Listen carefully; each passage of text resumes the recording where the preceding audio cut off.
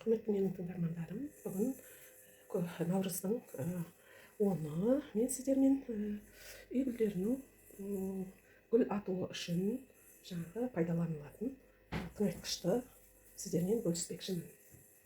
Үй гүлдеріне көктем уақытында үй гүлдері де жаңағы басқа табиғат құбылыстары секілді олар да оянып, ойларын жазып, гүлдеуге ұмтылып, жаңадан жапырақтар шығарып әдемі өсе бастайды. Бұл өзі табиғаттың жаңағы өзінің табиғи құбылысы.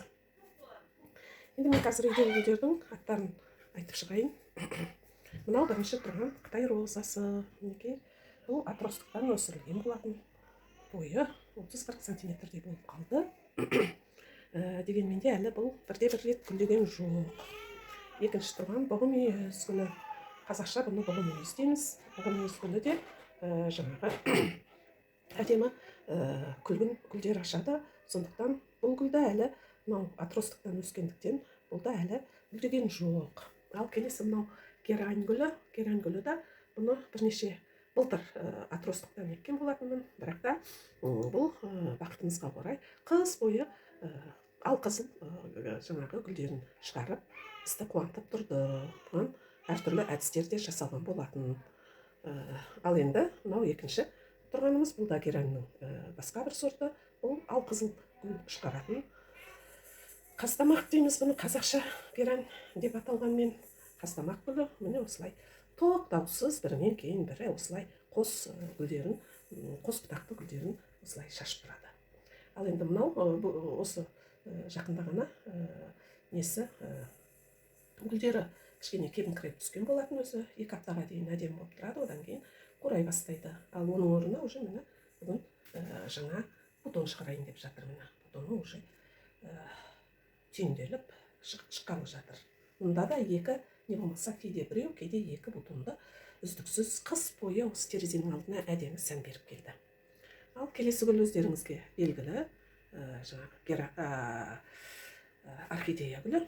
Орхидея гүлі барлықтарыңызға таныс. Бұғанда жаңағы күтімі болса, бұл да жыл бойы гүлдеп тұрады. Ол туралы менің басқа да видеоларым бар.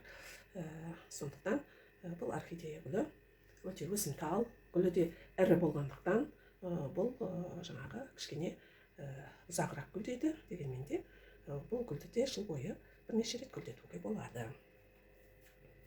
Осы орхидея гүлі жақсы гүлдеу үшін бұның жапырақтарына да мән беру керек. Тек қана гүлін ғана ойламау керек, жапырақтары, бастысы жапырағын ойлау керек. Бұл жапырақ пен тамырын.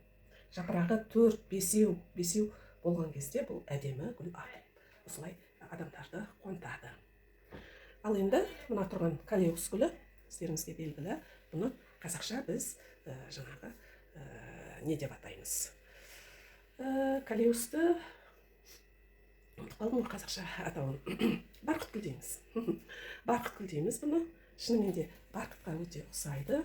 Төменгі жағынан да өсіп келе жатыр.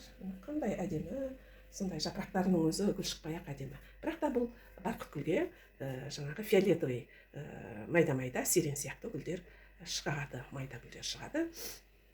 Сондықтан бұл гүлдердің барлығын жаңағы не қылмақшы, осы гүлдеуге дайындап, көктемгі тыңайтқыштарды қосып бүгін көрсетпекпін сіздерге. Ал енді мына бір гүлдің аты, ең соңғы мына ала жапырақты гүл. Бұның жапырақтары қыс бойы көп болып тұрған, осы жақында бұның жапырақтары сілкіп, былай қолмен көрсем барлығы сүйіндеп тұр екен. Осал, сондықтан барлығын түсіріп тастадым. Жаңа жапырақтар мінекей шығып келе жатыр, әдемі болып. Сосын жаңағы бұған күтім керек екендігі бірден көрініп тұр. Бұл гүлдің аты генура деп аталады. Генура, осындай шұбар жапырақты гүл, генура деп аталады. Өте әдемі жапырақтарымен болғанда, міне тамаша гүл. Ал енді соңғы гүліміз мынау біздің жаңағы педилантус деген гүл. Педилантус өте сондай керемет әдемі гүл. Бұл гүл сырты бұлай не болып тұрғанмен, жасыл болып тұрғанмен, асын қарайтын болсақ, мінекей фиолетовый, күлгін дейміз ғой, фиолетовыйды. Өте әдемі кәдімгі гүлі жоқ болса да жапырағының өзі терезенің алдына өте үлкен сән беріп тұрады, әдемі болып адамды осы жапырақтарының өзімен ақ қуантып тұрады. Ал енді ары қарай нақты ісімізге көшейік. Бұл үшін осы гүлдерге гүлдеу үшін қандай нәрселер бізге қажет? Ең бірінші, міне тұндырылған таза жаңағы фильтрленген таза су, не болмаса қар суын тұндырып құюға болады. Ал қазір менде фильтр су тұнып тұрған. Неге? Оған мен қазір жаңағы ыстық қайнаған шайдан қалған суды қазір құямын. Бұны құю себебім бұл су жылы болсын дегенім. Гүлдердің тамырына жылы болғаны дұрыс. Енді одан кейін біз бұған мынау аспирин дейміз ғой, мінекей. Аспирин, осы аспириннің 1 литр суға 1 таблеткасын салып ертіп араластырамыз.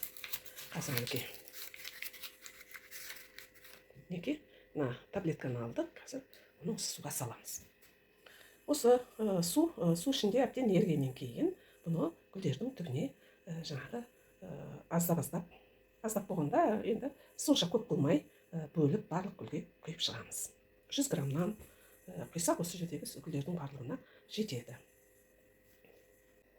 Таблетканы байқасаңыздар, ақырындап еріп келе жатыр екен. Қазір оны ағаш қасықпен былай міне еріп кеткен екен. Енді осыны әбден ергенше суды араластырамыз. Су, жылы су. Мінекей.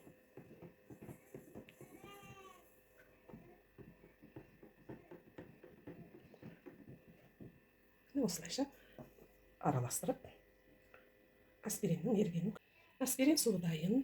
Аспирин суда ергенде өзі осындай да қалып отырады, сондықтан ол қалыпты жағдай. Қазір әрбір гүлге кішкене күрішкемен былай құйып шығамыз. Мінекей, екінші бұл мүйізге құйайық. Бұл мүйізге құйдық. Енді алқызыл, қанқызыл геранға құямыз. Алқызыл геранға құяйық. Бұл гүлдерде жыл бойы тоқтамай гүлдеп тұру үшін. Ал енді орхидеяға да құйып қояйық. Орхидеяға азыма құюымыз керек. Өйткені оның тамыры әлі құрай қойған жоқ, сондықтан суды көп құйып жіберуге болмайды. Енді мына красулаға барқыт гүлімізге құяйық. Красулаға. Енді генура деген әдемі сұңғақ бойлы гүлімізге оған да құйып қояйық. Генурамызға. Мінекей, генурамызға да құйдық. Ең соңында міне біз педелантус деген біздің әдемі де көркем сұлу гүліміз. Оған да құйып қояйық. Міне, сонымен біз барлық гүлдерді аспирин салынған сумен осылай не қылып суарып шықтық. Менің гүлдерім енді жаңағы жаз бойы осы ертең көктем шыға барлығы гүл ата бастайды деген ойдамын. Бұл осы жасаған берген тыңайтқышым гүлдердің жаңа гүлдер атуына үлкен септігін тигізеді. Бұл да бір гүл шығарудың үй бөлмесіндегі гүлдерді